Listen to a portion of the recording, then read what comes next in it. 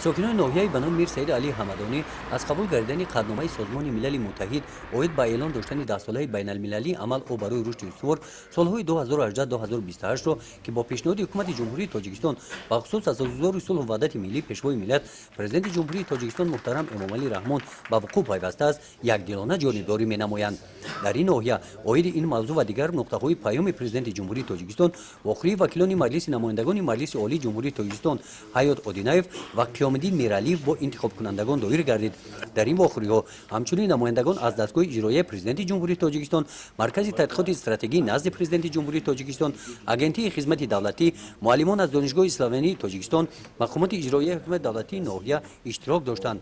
وکیل مجلس نمایندگان مجلس عالی جمهوری تاجیکستان حیات آدینایف اوید تامین نمودن رشد میانبرده اقتصادی کشور، بلند برداشتن سطح و صفت زندگی مردم برای دوره‌های میان مهلت و دراز مدت، استراتژی ملی رشد جمهوری تاجیکستان برای دوره نو تا سال 2030 که یکی از مؤلفان این برنامه میباشد، اوید این برنامه برآمد نمود. در این واقعه درباره دیگر نقطه‌های پیام پرزیدنت جمهوری تاجیکستان در سمت سیاست داخلی و سیاست خارجی کشور نقطه‌های اساسی آن تحلیل کرده شده به سهم اشتراکچیان رسانیده شد.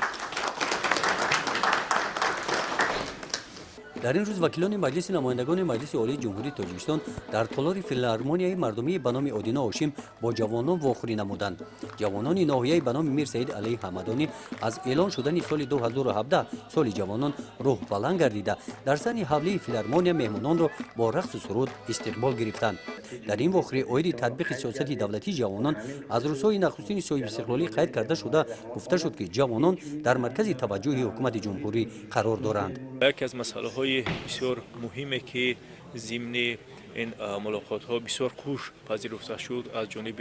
انتخاب کنندگان شهروندان جمهوری تاجیکستان، این البته اعلان داشتن سال 2017 سال جوانان ارزیابی میگردد. نکته نماند که البته اعلان گردیدن امسال همچون سال جوانان یک چند خصوصیت های خاص خود را دارد و اول اینکه البته در این جاده اشتراکی به واسطه و با واسطه جوانان در حیات اجتماعی، اقتصادی، سیاسی و فرهنگی کشور ارزیابی می‌گردد و دیگر آنکه کشور در عرصه جهانی یکی از مملکت‌های جوانترین به حساب می‌رود، زیرا شخصان تا 30 ساله کشور ما 70% اهالی را تشکیل می‌کند و بر این وسیله حدود 35% اهالی کشور جوانان هستند، یعنی شخصان 14-30 ساله. موافقاً قابل تعداد زیادی اهالی قابل مهنت آن نیز جوانان تشکیل میکنند و از همه مهم آن که این